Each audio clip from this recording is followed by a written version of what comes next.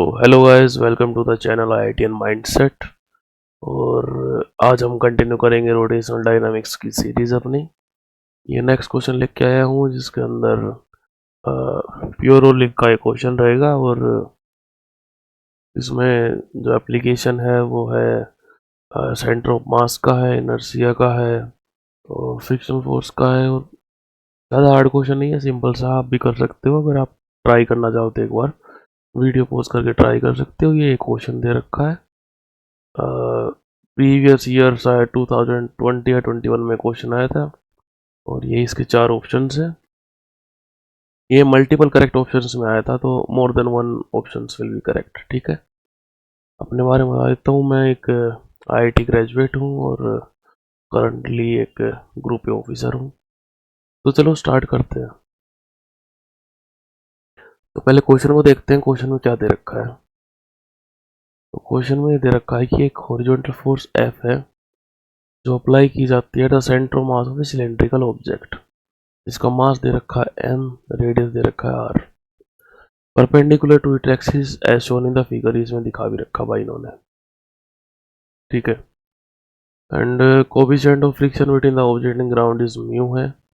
Centre of mass का acceleration a है, due to gravity g है। ठीक है, और इम्पोर्टेंट चीज इसमें यही है कि the object rolls without slipping. ठीक है, तो विदाउट स्लिपिंग रोल कर रहा है, तो इसका मतलब एक चीज हम लिख लेते हैं that alpha a by r equals to alpha. ठीक है, क्योंकि विदाउट स्लिपिंग ये रोल करने लग रहा है। अभी चलो देखते हैं ऑप्शंस क्या है। पहला ऑप्शन दे रखा है for same f the value of a acceleration does not depend whether the cylinder is a solid और ए होलो। मतलब ये डिपेंड नहीं करेगा सॉलिड और होलो के अंदर। क्या भाई, अब ये पता कैसे चलेगा? ये पता चलेगा भाई सॉलिड और होलो में किस चीज़ का फर्क होता है। तो मोमेंट ऑफ इनर्शिया का फर्क होता है। एक सॉलिड सिलेंडर का मोमेंट ऑफ इनर्शिया कितना होता है?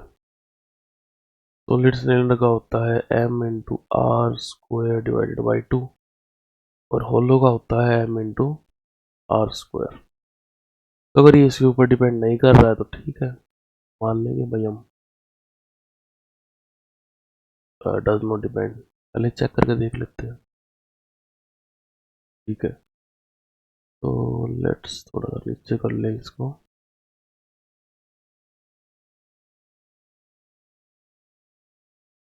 चलो, तो अगर ये फोर्स दे रखी है इसके ऊपर, हम कंसिडर करते हैं equation around the point of contact. Point of contact के अराउंड यहाँ पे रोलिंग हो रही है विदाउट स्लिपिंग। तो इसमें फ्रिक्शन लेट्स अज्यूम कि ये बैकवर्ड डायरेक्शन में हो रहा है। तो आप फॉरवर्ड में भी कंसिडर कर सकते हो, लेकिन अल्टीमेटली जब वैल्यू नेगेटिव आएगी तो ये बैकवर्ड में ही लेना पड़ेगा। ठीक है, तो इस पॉइंट के अराउंड हम लेंगे। तो इस पॉइंट के अराउंड अगर हम टॉर्क की इक्वेशन लिखते हैं तो टॉर्क की इक्वेशन क्या आएगी? तो इस पॉइंट के अराउंड फ्रिक्शन के कारण जो टॉर्क बनेगा वो जीरो। ठीक है, जो इसका वेट है m इंटू जी, उसके कारण जो टॉर्क है वो जीरो। तो इसके ऊपर सूडो फोर्स लगेगा, उसके कारण जो टॉर्क होगा वो भी जीरो होगा। तो सिर्फ हॉरिजॉन्टल एक्सटर्नल फोर्स अप्लाई कर रहे हैं, उसी के कारण सिर्फ टॉर्क होगा। ठीक है, ये बात समझ में आई? तो चलो टॉर्क की इक्वेशन लिखते हैं। तो लिखते हैं force into R is equals to I C, ये लिख रहा हूँ सिलेंडर के लिए। ठीक है, प्लस अब ये कितना डिस्टेंस है यहाँ से यहाँ तक, r, plus m into are का स्क्वायर इंटू अल्फा। अब चूंकि ये प्योर रोलिंग है, ठीक है, तो ये हमने क्या लिखा था, alpha equals to a by r. तो अल्फा इक्वल्स टू हो जाएगा भैया a बाई आर, तो इज इक्वल्स हो जाएगा आई सी। आई सी अभी मैं कुछ ले नहीं रहा हूँ, इसको ऐसे रखते हैं ताकि पहले अपना ऑप्शन वन क्लियर हो जाए। Into a divide by r. ठीक है, ऑप्शन 1 में क्या पूछ रखा है, वैल्यू ऑफ ए, तो ए की वैल्यू फाइंड आउट करते हैं। Then value of A will be F into are square हो जाएगा, आर ऊपर जाएगा तो नीचे हो जाएगा I C plus M into are का स्क्वायर। ठीक है, ये हो जाएगा। अब ए की वैल्यू हमारे पास ये आ रखी है, लेकिन ये डिपेंड किसके ऊपर कर रहा है, सी के ऊपर डिपेंड करने लग रहा है। तो सी आई सी के ऊपर डिपेंड कर रहा है, और ये आई सी की वैल्यू सिलेंड्रिकल होलो के लिए अलग होगी, और जो सॉलिड है उसके लिए एम आर स्क्वायर बाई 2 होगी। तो जो हमारा ऑप्शन है 1 वो हो जाए गलत। ठीक है, इसमें कह रखा डिपेंड नहीं करेगी, तो ये डिपेंड करेगा, तो option A is wrong. Option A wrong हो गया। फिर इसमें हम एक और ऑप्शन निकाल सकते हैं इसी इक्वेशन से, वो ऑप्शन नंबर डी है। तो इसमें क्या करेंगे, थिन होलो सिलेंडर के लिए ए की वैल्यू पूछ रखी है। ठीक है, तो होलो सिलेंडर केस में ए की वैल्यू क्या हो जाएगी, आई सी की वैल्यू हो जाएगी एम आर स्क्वायर। ठीक है, ऊपर हमने लिख भी रखा है, तो is equals to f r square divided by m r square, और ये कौन हो जाएगा, तो ये 2 हो जाएगा। आर स्क्वायर कैंसिल हो गया, और जो वैल्यू हमारे पास आई है ए की वो हो जाएगी capital f divided by 2 times of m. ये की वैल्यू आई है। अब चलो ऑप्शंस में देखते हैं क्या कुछ है। तो A acceleration value F by 2m है, तो ये ऑप्शन हमारा डी हो जाएगा करेक्ट। ठीक है, फिर देखते हैं इसमें option number B. For a solid cylinder the maximum possible value of A is 2 into mu into G. तो एफ की कोई दे नहीं रखा, एफ है नहीं इसके अंदर। ठीक है, अब हमें ए की वैल्यू मैक्सिमम भी निकालनी है, लेकिन हमारा जो ए का फॉर्मूला है उसके अंदर तो एफ की वैल्यू है। तो क्या करें इस केस में, इस केस में ये कर सकते हैं कि जो टॉर्क की इक्वेशन है ना, वो अगर हम सेंटर ऑफ मास के ऊपर लगा दें, तो उसमें जो एफ के कारण जो टॉर्क बनेगा वो 0 हो जाएगी, और ये एफ वेरिएबल भी एलिमिनेट हो जाएगा। चलो करके देखते हैं एक बार फिर। ठीक है, थोड़ा सा कर देते हैं, तो ये हो जाएगा भैया। अब मैं इक्वेशन लगा रहा हूँ इसकी around the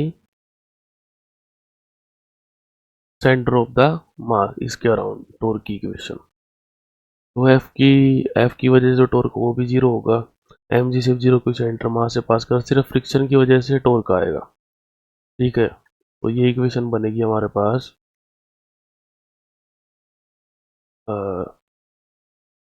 F into are into में, अब सेंटर मास का राउंड है तो आई सी आएगा, आई सी इंटू एल्फा। ठीक है, एफ इंटू आर इंटू आई सी। अब ये दे कौन सा रखा है भाई, सॉलिड सिलेंडर दे रखा है, तो एम आर स्क्वायर बाई 2 होगी वैल्यू,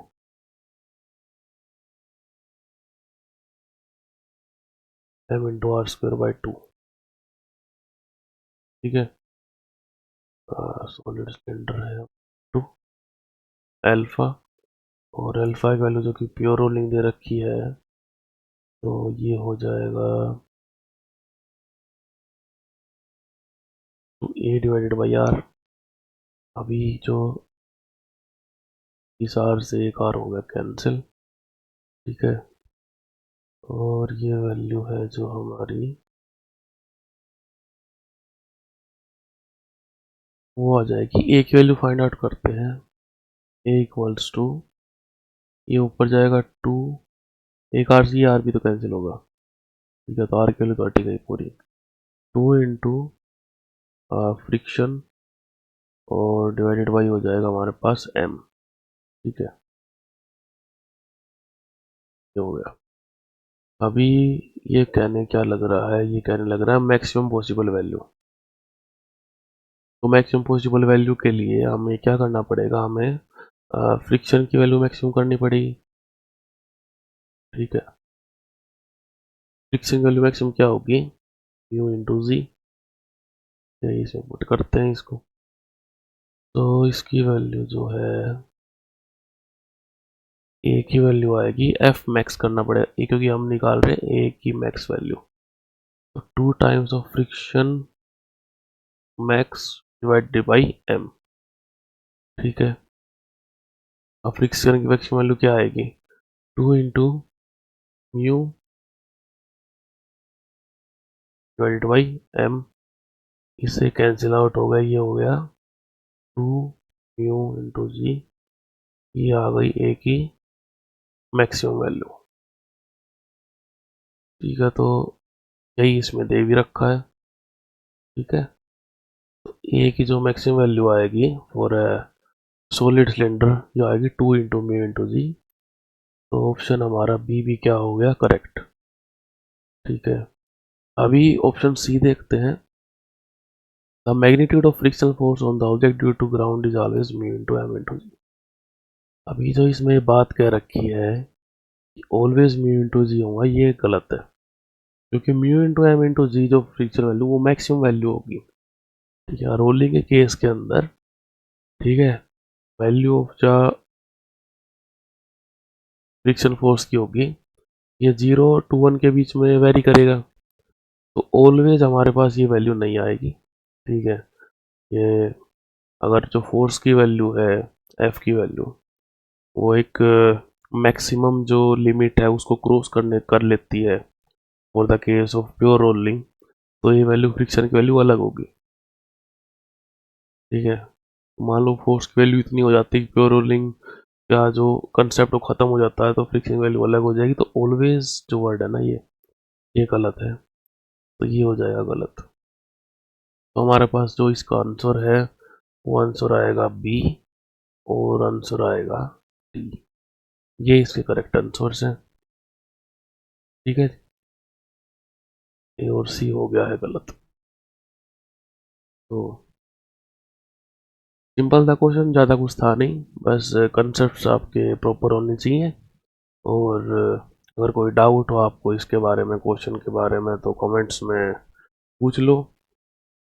और कुछ कंसेप्चुअल डाउट हो या कुछ कैलकुलेशन डाउट हो, वो भी आप बात कर सकते हो मेरे से। चलो, thank you guys, and best of luck for your exam. Take care.